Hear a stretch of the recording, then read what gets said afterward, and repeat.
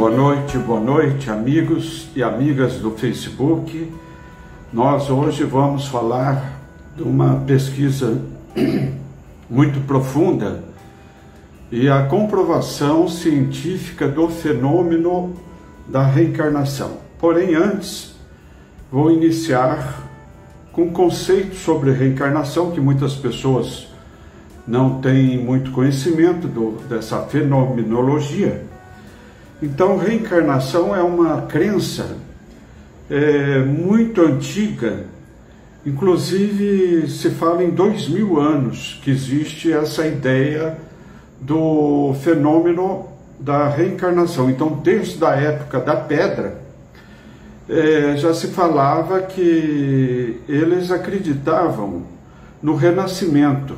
Então, o renascimento também é sinônimo da palavra de reencarnação, ou então palingenesia.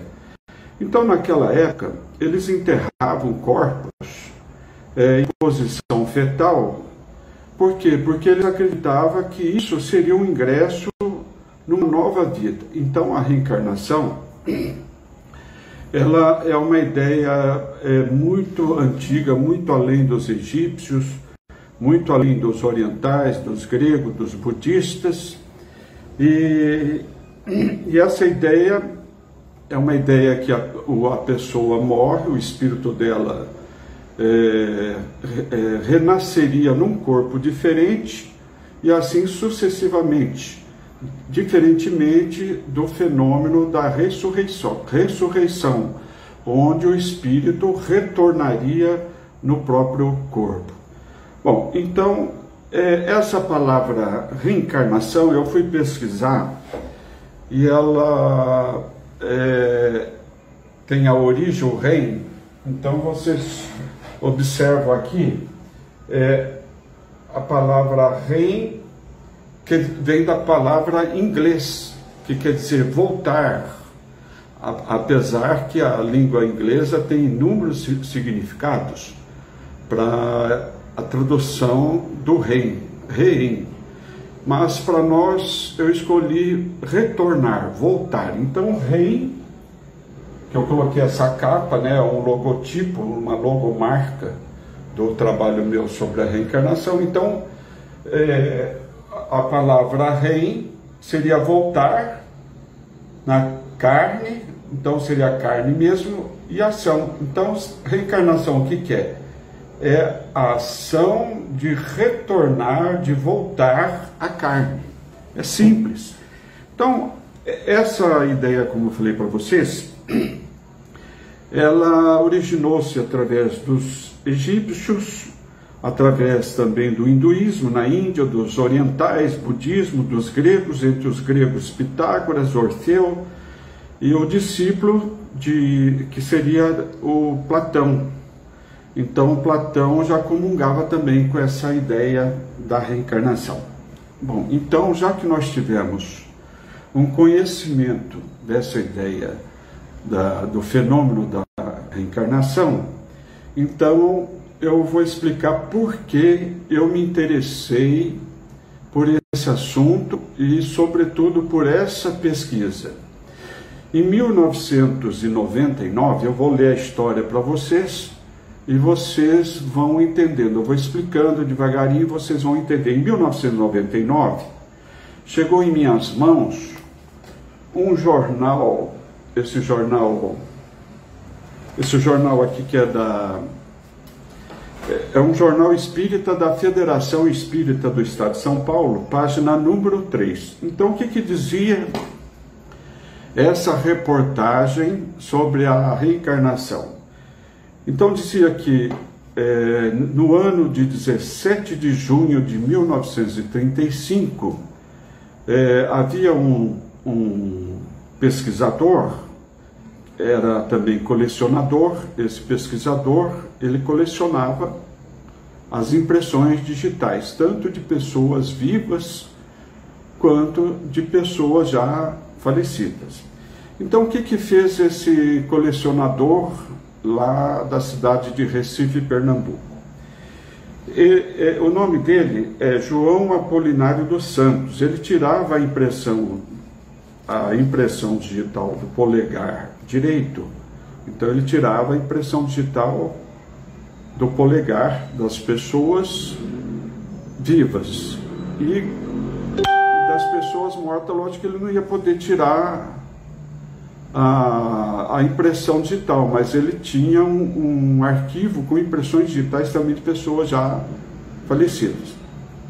Então o que esse senhor costumava fazer? Ele tirava a impressão digital de pessoas vivas e comparava com as impressões digitais de pessoas mortas. Então, o colecionador João Apolinário dos Santos tirava as digitais do polegar. Só que, certa feita, ele visitou um amigo chamado Manuel do Nascimento e pediu para tirar a impressão digital dos filhos e do neto dele. E o neto dele se chamava, era um garoto, um menino, com o apelido de Piu Piu, e o nome do menino chamava José Odon. Então ele retirou a impressão digital do garoto, vocês estão entendendo?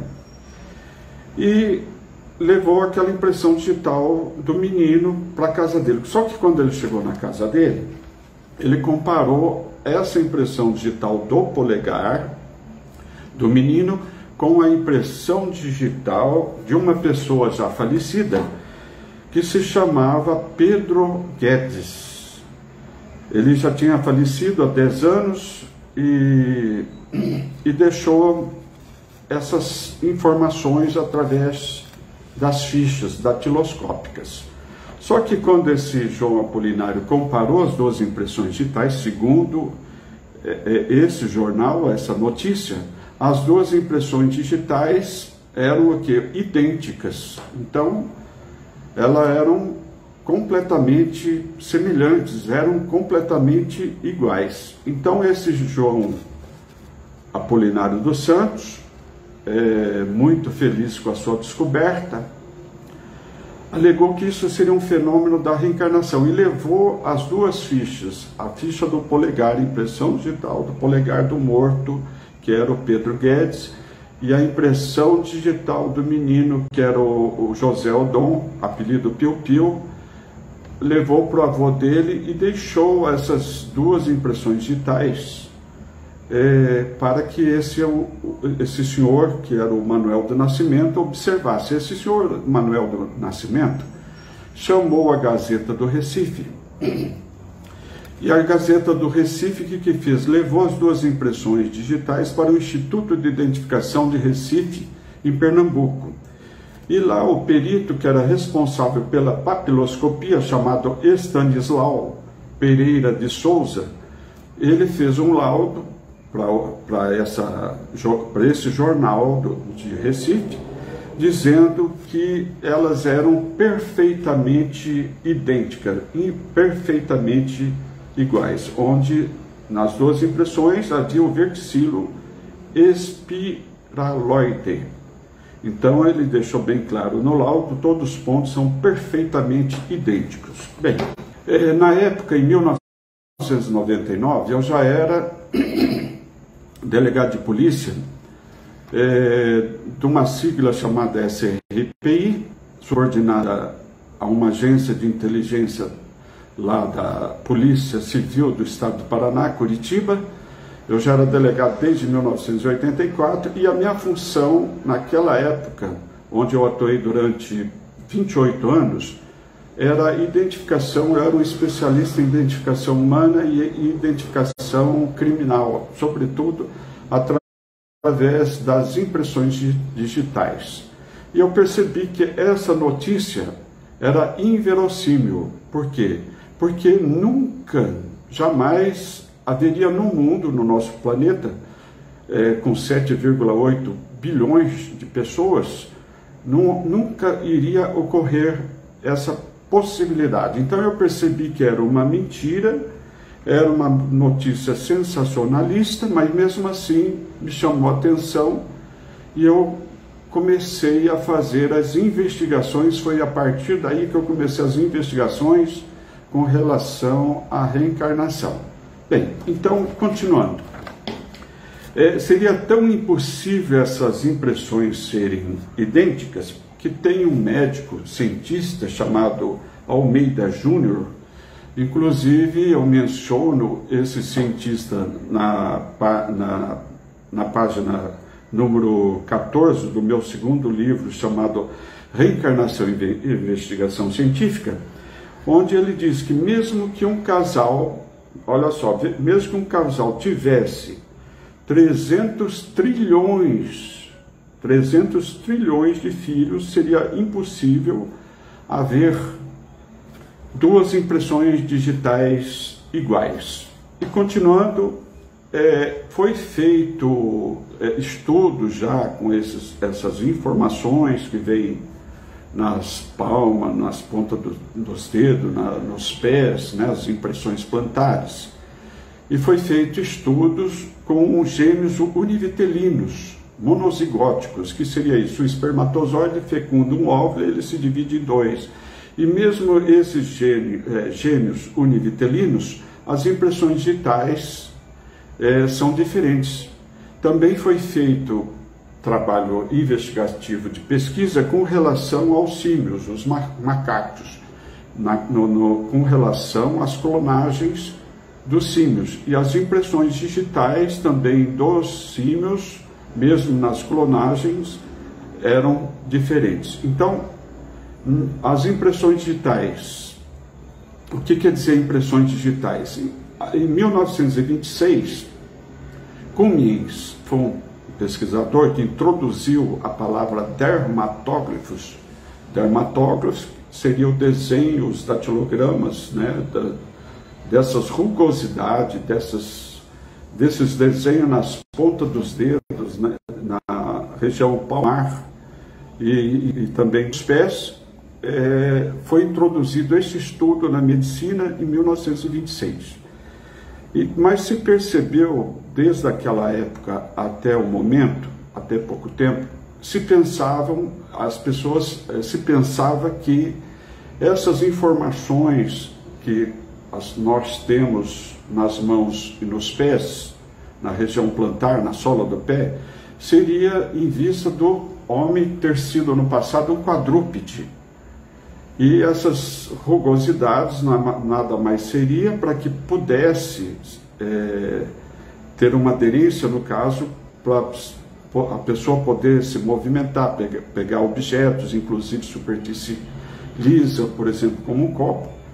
Então, até hoje, através desses estudiosos, as impressões digitais, conhecidas como dermatógrafos, teriam essa origem no passado. E também na vida intrauterina, quando o bebê, a partir do quarto mês do estágio de gestação, ele começa a desenvolver essas impressões digitais. Então, segundo os cientistas na área da medicina, os neonatologistas e obstetras acreditavam que seria dos movimentos da criança na vida intrauterina. Porém, recentemente, na Suíça, um homem foi viajar e quando foi fazer o passaporte, ele não tinha as impressões digitais. E o mesmo fato aconteceu com uma família da Índia.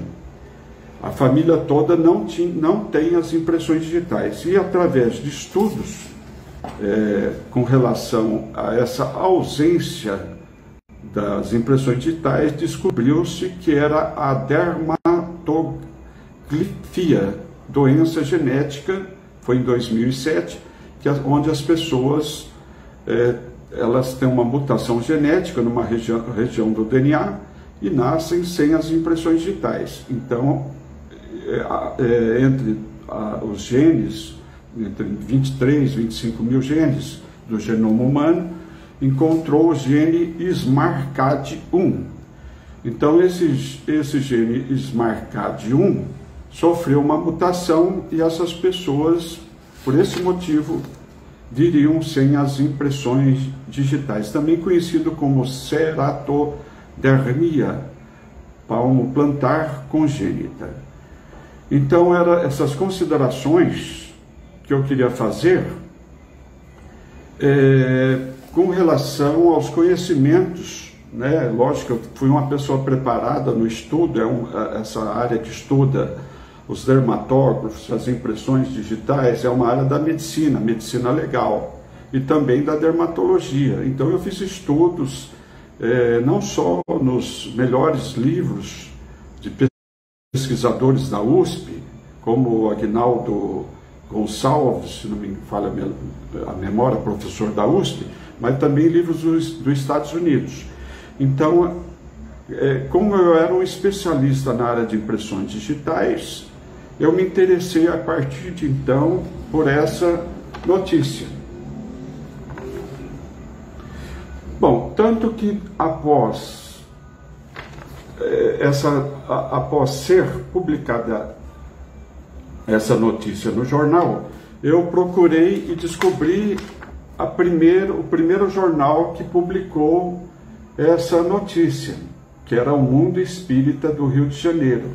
E depois, novamente, publicaram essa mesma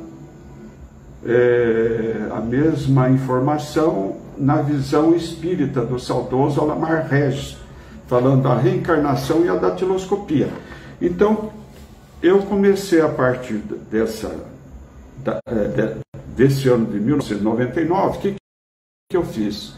Eu procurei o acervo de uma revista muito conceituada, internacional. Ela é uma revista de Matão, estado de São Paulo, e chama Revista Internacional do Espiritismo. Eu tive acesso a todo o acervo, e a partir de então eu queria saber mais sobre as impressões digitais que envolviam fenômenos envolvidos com reencarnação ou com a vida após a morte. Então foi a partir daí que eu comecei a investigação. Então essa revista da RI, eu comecei a ter acesso a muitas informações sobre impressões digitais. Nunca tinha ouvido falar que um espírito teria impressão digital, mas foi a partir de então que eu comecei os estudos a esse respeito. Então aquela notícia inverossímil de duas digitais provando a reencarnação, eu não acreditei. No entanto, quando eu comecei a pesquisar a Revista Internacional de Espiritismo e todas as informações científicas a respeito de fenômenos que é chamado de ectoplasmia, também chamado de fenômeno de materializações, ectoplasmia que envolve o ectoplasma materializando o espírito, e consequente o espírito, quando se materializa, ele deixava as impressões digitais. Então veja só a outra notícia que eu fui descobrir. Eu vou ler rapidinho para vocês conseguirem entender todo esse processo da investigação da reencarnação para se chegar na comprovação científica, que eu acredito que eu seja o primeiro no mundo que atualmente chegou a um resultado conclusivo. Então eu percebi que nessas revistas da RI,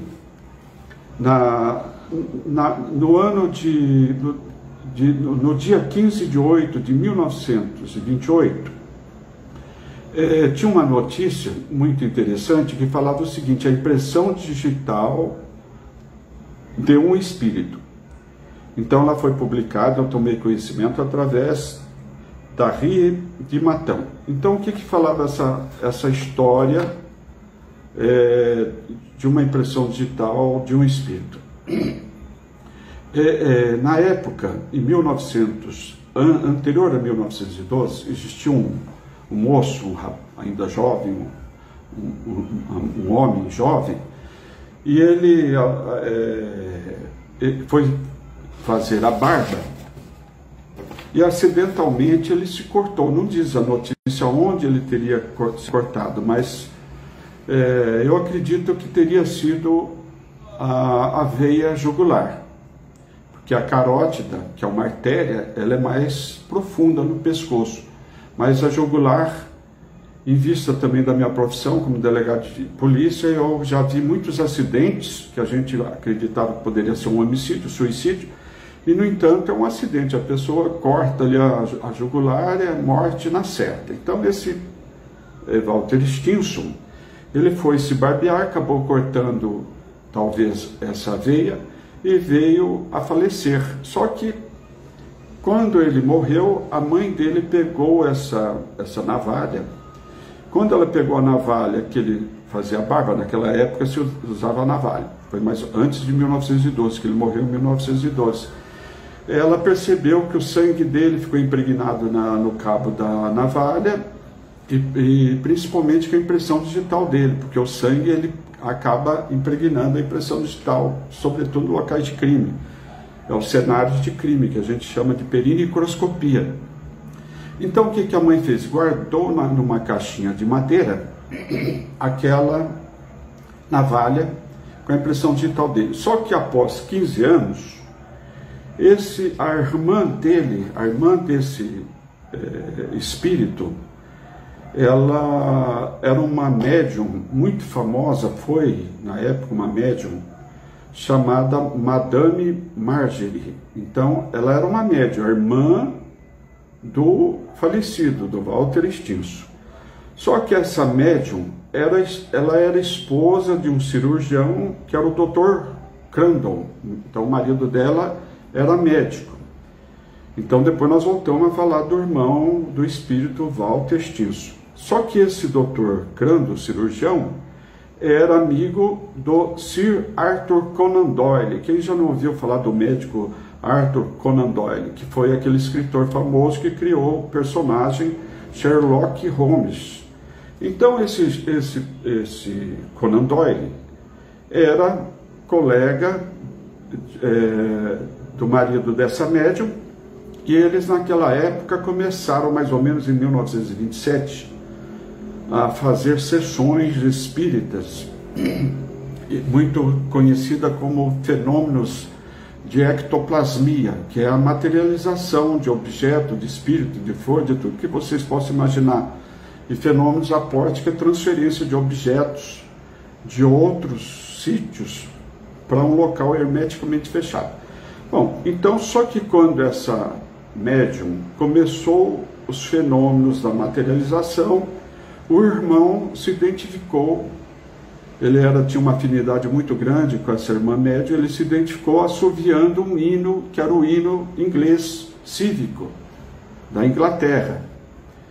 E o nome do hino é God Save the King, quer dizer, Deus salve o rei. Então, quando eles ouviam aquela música no ambiente espírita, na sessão espírita, era o Walter Stinson se apresentando. E o que ele queria, esse espírito?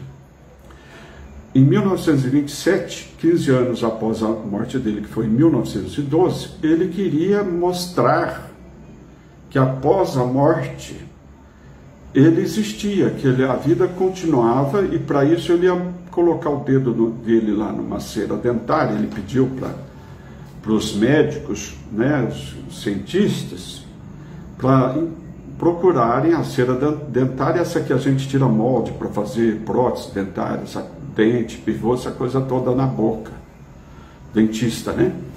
E ele pediu para que deixassem a cera dentária, que ele iria materializar a mão dele, o polegar dele, deixando a impressão digital dele, para que aquela impressão digital dele, do espírito, fosse comparada com os assentamentos deles datiloscópicos. Então, naquela época, só que naquela época, como a impressão digital foi implantada a partir de 1926, estava se começando ainda o estudo, porque na Europa não se faz a identificação de pessoas civis, somente criminosos. Então não é como no Brasil, você vai tirar uma cédula de identidade e você tira as impressões digitais. Não, lá não existe, eu não sei se até hoje é assim. Mas então não se identifica ninguém civilmente, só criminalmente. Então a irmã dele, a médium, entrava em transe, ela fornecia o ectoplasma, que é um fluido vital, um fluido magnético, um fluido animal, tem inúmeras designações. E aí o espírito, o que ele faz? Ele se veste na alma da irmã, porém no braço, se ele quiser só materializar o braço dele, ele vai usar o corpo espiritual da irmã, senão não dá certo. Ele pega aquele braço espiritual dela e aí ele materializa a mão dele. Se vocês tocarem, vocês vão sentir temperatura, pulsação, o tato. É como uma pessoa normal, né? E aí ele começou a deixar as impressões digitais dele, inúmeras impressões digitais do espírito. Na época foram, acho que 40, 60, não me lembro. Mas está tudo, consta nesse meu livro, que é o primeiro livro que eu escrevi, que é Reencarnação e Investigação Científica. Então aqui eu ganhei os direitos da RI para poder publicar as impressões digitais do Walter Stinson. Bom, aí o que os médicos fizeram? Eles pegaram aquela impressão digital do Walter Stinson e levaram para os departamentos de polícia. De onde? De vários locais, Nova York, Londres, Washington, Viena, entre outros. Então eles levaram aquela impressão digital que ele deixou na cera dentária e aquela impressão digital que a mãe dele guardou dentro da caixinha, que estava na navalha. Vocês estão entendendo? E a polícia, o setor de papiloscopia que estuda essas informações das impressões digitais, confirmou que era a impressão digital de Walter Stinson. Eu fiquei muito admirado com essa história e continuei as investigações. Então eu falei, bom, então interessante, a pessoa morre e ela continua mantendo as impressões digitais, porque a mente não consegue mudar uma impressão digital do corpo, então ela continua com as mesmas impressões digitais após a morte. Só que o que eu fiz? Eu continuei a pesquisa e percebi que naquela época do século passado havia inúmeros médiuns, não só lá na Europa, na Rússia, Estados Unidos, mas também no Brasil, que estavam fazendo essas sessões de materializações, de ectoplasmias, e que principalmente o objetivo era o quê? Era a identificação humana do espírito. Vocês vejam que interessante, era uma pesquisa naquela época. Então eles queriam mostrar para o nosso plano físico, o plano, se isso existiu, é porque o plano espiritual permitiu, embora um risco muito grande, porque quando você faz um trabalho nesse porte, o médium ele vai se desmaterializar, ele às vezes desaparece do nosso plano terrestre, quer dizer, da nossa dimensão, do nosso mundo, universo quadridimensional, 4 dimensões, né? 3 dimensões de espaço e uma de tempo. Então isso é muito perigoso, porque você vai desagregar todas essas moléculas do corpo, que é hoje a ciência, e muitos pesquisadores, estudiosos de doutrina espírita também não conhecem sobre esse assunto. Então era muito perigoso, poderia ocorrer a morte desses médiuns, né? Bom, então eu fiz uma pesquisa e descobri que os médiuns que estavam fazendo essas materializações e também, além do Walter Stinson, que estavam fornecendo as impressões digitais, era a médium, também inglesa, Elizabeth de Esperance, que viveu desde 1855 a 1918. Então essa médium foi uma médium fabulosa, inclusive eu menciono ela no meu livro, esse terceiro livro, não em vista desse assunto, mas em vista de outros assuntos, os vegetais e certas plantas que vieram de outros mundos e que aqui no nosso planeta ainda não existia. Por exemplo, o louro, depois tem o lírio dourado, que depois nós vamos tratar desse assunto mais à frente. Bem, então depois o terceiro médium que fazia essas materializações das impressões digitais das mãos e dos pés era Frenek Kluskis. Foi considerado o rei das materializações, mas o nome dele era Teófilo Mordeszewski. Foi em 1920 na Polônia. Ele foi muito pesquisado pelo então Dr. Charles Richet. Charles Robert Richet, que foi o médico francês que ganhou o prêmio Nobel em 1913 da fisiologia. Então, o Dr. Charles Richet foi quem criou também esse termo da metapsíquica chamada ectoplasma, que vem da palavra ectos, grego, plasma, né, que estuda biologia, protoplasma das células. Ela também é utilizada na biologia, porém com outro significado. Então ele foi pesquisado pelo Charles Richet e Gustave Gelley. Bom, depois a Nina Kulagina, é uma russa.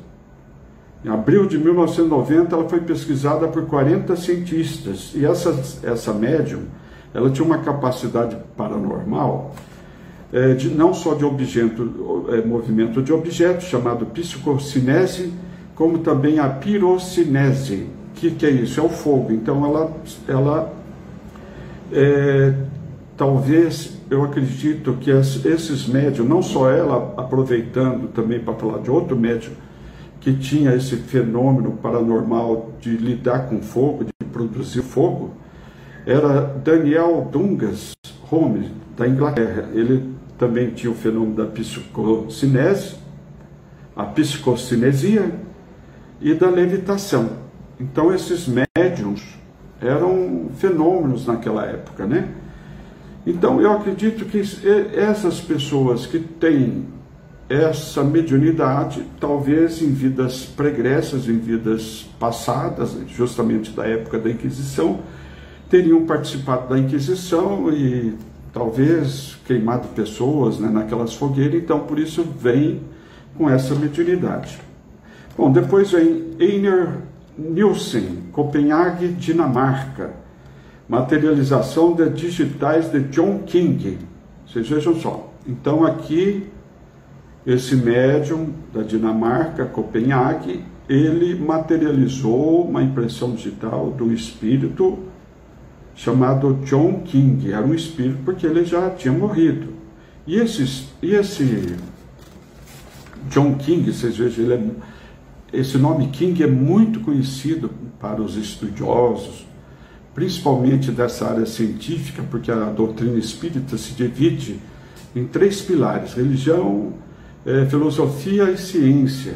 Atualmente eles chamam essa parte da ciência de ciência psicobiofísica. Então esses estudiosos médicos hoje que tem na doutrina espírita, na associação médico-espírita, estudam muito esse fenômeno sobre uma tal de Katja King, que era um espírito de uma moça jovem que se materializava e foi pesquisada por cientistas como William Crookes. Era um físico químico, foi um dos precursores dos radiocatódicos, estudioso, cientista. Então essa moça Katja King não era a impressão da Katja King, era do pai dela. Então foi coletada e confirmada que era a impressão digital do espírito de John King. Então isso aí foi na Inglaterra, 1856 a 1904.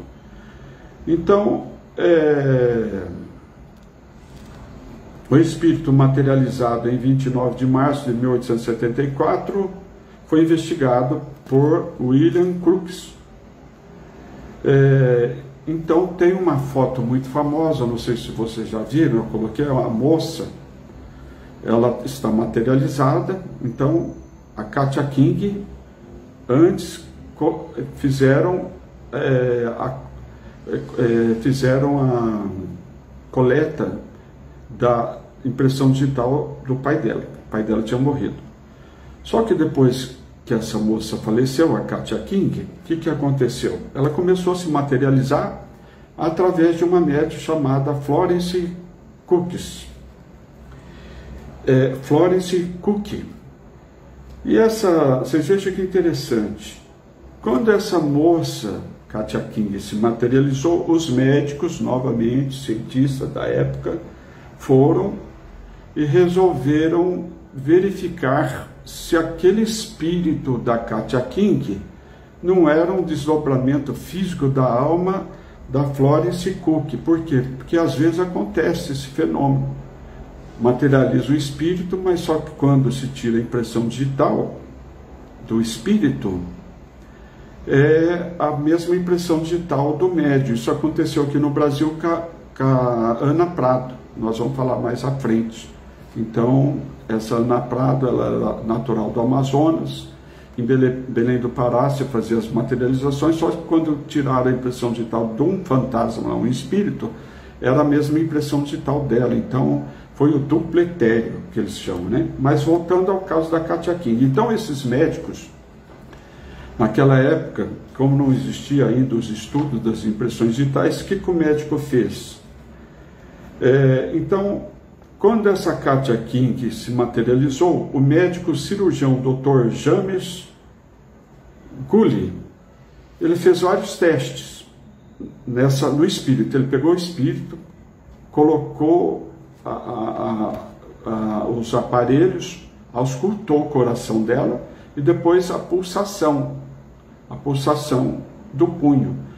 Então nós verificamos a pulsação dos batimentos cardíacos, através de onde? Ou da carótida, que é a pressão do sangue na artéria, e na artéria radial, que fica no punho. Às vezes a pessoa fala pulso, está errado. Não existe pulso, é punho. Por quê? É pulsação. Por que é pulsação? Porque nós verificamos a pulsação do sangue, que é o batimento cardíaco. Então, veja que interessante. Eles identificavam a pessoa através da pulsação. Então, vale lembrar que os batimentos cardíacos, em 1 minuto, eles variam de 50, que seria muitíssimo baixo, até 90. Então, cada pessoa tem um batimento cardíaco. Então, o que aconteceu? O médico verificou que a Florence Cook, a medição da pulsação do punho de Katia King era de 75. Então o espírito tinha a pulsação, o médico verificou, 75. E quanto a Florence Cook, atingia 90. Vocês vejam que interessante. Então não podia ser a mesma pessoa, o espírito, não podia a alma dela estar materializada, porque como que ia ter lá um batimento de 75 e a médium em transe com 90 batimentos por minuto, né? Bom, depois verificou-se também o médico que a médium, a Florence, ela estava com bronquite. Então ele percebeu que a saúde do espírito estava melhor do que do ser humano encarnado, vivo, né? Então, foi feita a frequência cardíaca, o número de vezes que o coração bate em 1 minuto. Vocês entenderam, né? Bom, então falaremos agora. Ana Prado foi a médium do Brasil. Essa médium, ela fazia as materializações, mesma coisa, impressões digitais, mão, pé, aonde? Lá em Belém do Pará. Ela era natural de Parintins, Amazonas. Então, o que aconteceu com o caso da Ana Prado? Se vocês verificarem, eu coloquei uma foto, é a foto da capa de um livro, que tem os direitos autorais lá da região. Ela está se desmaterializando e vocês percebem que ela fica transparente. Então, quando o médium começa a materialização, ele vai desaparecendo, às vezes, os membros, e vai desaparecendo a pele, né, determinados órgãos. Então, foi o duplo etéreo que colheram a impressão digital dessa médium. Bom, depois veio o médium Francisco Peixoto Lins, que é o Peixotinho, 1905 a 1966, nasceu em Fortaleza, cearense, era do exército, depois chegou ao posto, a um posto, se eu não me engano, capitão das fileiras do oficialato, e também o médium Carlos Mirabelli. Então, vejam só, eu fiz a pesquisa no mundo todo e descobri que, embora aquela primeira informação até hoje eu não acredito que seja verdade, mas essas outras informações eram verídicas. Aí o que eu fiz? Comecei a investigar as luvas de parafina nos museus do Brasil. Tem um Unesp, que é Curitiba, é onde eu fui pessoalmente, onde havia as materializações, que era um médium lá chamado Mauri, e ficavam as impressões digitais dos espíritos dentro das luvas de parafina. Só que eu me interessei mais por uma boca de um espírito, depois levei dois dentistas odontolegais, e nós verificamos que era as arcadas dentárias de uma criança. Tem o André Luiz no Rio de Janeiro, a mesma coisa, luva de parafina e impressões digitais de espírito. E lá em Brasília, acho que na Federação Espírita do Brasil, onde estão essas impressões digitais através da Ana Prado. Então, comecei os estudos da investigação da reencarnação. Vocês vejam como é difícil. Bom, mas acontece que para ocorrer esses fenômenos da materialização, é necessário o ectoplasma. É um fluido vital que ele existe nos seres humanos, nos animais, nos minerais e nos vegetais. Então, o que foi feito? Se não houver o fenômeno do ectoplasma, é impossível qualquer comunicação entre vivos e mortos. Esse ectoplasma é impossível de ser pesquisado pela ciência, embora, quando o espírito se materializou, os pesquisadores de ectoplasmia pegaram uma parte, um fragmento desse fluido, desse ectoplasma, e fizeram análise laboratorial em placa de Petri. Então, quem foram esses cientistas? Albert Koch, em 1895, Alexandre Kassakov, Paul Gilbert, William Krug, Gabriel Delany, Ernesto Bozano e muitos outros.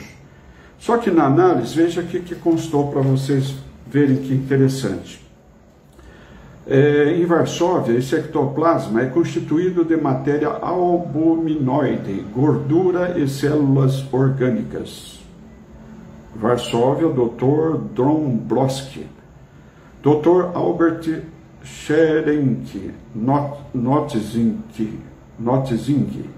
formado por resto de tecidos, veja que interessante, tecidos epitelial, pele humana, gordura, glóbulos de gordura. Depois, na França, foi feito o estudo, Munique, células, de novo, epiteliais, leucócitos, glóbulos de gordura. Bom, então, esse ectoplasma, vocês vejam que interessante, ele é formado pelas células da camada da pele, talvez porque a pele humana, a derme, epiderme e hipoderme, seja o maior órgão do corpo humano. Nós vamos depois continuar esse assunto. Desculpe ser muito técnico, científico e cansativo, né? Então, esse ectoplasma, segundo André Luiz, que é o maior repórter do plano espiritual através de Chico Xavier, num livro chamado Mecanismo da Mediunidade, ele diz o seguinte: ectoplasma resulta de um processo de desagregação molecular formado por forças desconhecidas, ao mesmo tempo que o fenômeno fica sob controle de campos de forças organizadoras capazes de reagrupar as moléculas segundo o modelo determinado. Então, é um assunto muito complexo que nós vamos tratar mais futuramente. Mas, felizmente, essa primeira etapa foi concluída, que era o que eu queria deixar bem claro, que sobre as impressões digitais. Então, aqui vocês veem a foto do Walter Stinson, esse moço aí, a irmã dele do lado, que está fornecendo aquela massa ali plástica, né, pela boca, nariz, que é o ectoplasma, para formar aquele espírito. E aqui nós temos um modelo de luva, a mão do espírito. Vocês vejam só. Então, é a mão do espírito. Então, a par de luvas de parafina com os dedos das mãos entrecruzadas, mostrando grãos do corante colocados na cera para melhor autenticá-lo. Bom, então eu fiz todas essas experiências. Se vocês olharem aí, tem as luvas de parafina, onde eu faço, enfio a mão lá dentro da parafina, a mesma coisa que o Espírito fez, né? Aqui as reportagens sobre mim, quando eu comecei a fazer as mãos, vocês estão percebendo? As luvas. E tem essas minhas mãos aí, eu fiz a mesma coisa que o Espírito fez, eu fiz. Bem, então, era isso que eu queria. Primeira, eu agradeço muito a vocês, era a primeira entrevista, que era para que vocês pudessem entender por que eu comecei a investigação do fenômeno da reencarnação. Então, primeiro, foi aquela reportagem das 2 impressões digitais idênticas, que seriam a prova da reencarnação. No entanto, eu gostaria de dizer o seguinte, isso aí contraria completamente a doutrina espírita. Por quê? Porque no livro dos Espíritos, o Evangelho segundo o Espiritismo, diz o seguinte, que nós, quando morremos e reencarnamos, existe o véu do esquecimento. Então é uma bênção que Deus nos dá para que nós esqueçamos o passado. Porque através da reencarnação, onde ocorre esse esquecimento do passado, é uma forma da gente se reiterar, inclusive com inimigos. Então você imagine se de repente fosse verdade que o indivíduo era identificado pela impressão digital, aquelas pessoas que ele ficou devendo na outra vida. Você reencarnou, então você vai ter que me pagar aquela conta. Ou então imagina no caso de homicídios e crimes bárbaros, até para fenômeno de obsessões. Então Deus nos dá esse véu do esquecimento. Nós temos que esquecer as existências passadas. Para quê? Para que nós possamos, isso não possa interferir nas nossas atitudes presentes, bem como no livre-arbítrio e demais decisões, porque às vezes o irmão, o pai, é um inimigo do passado. Então a pessoa descobre isso aí, quer dizer, atrapalha todo o processo reencarnatório. Nos casos de vingança, no caso de dívidas. Então, assim, essa matéria estaria colocando em risco total os casos da localização, no caso dos seus algozes de existência passada.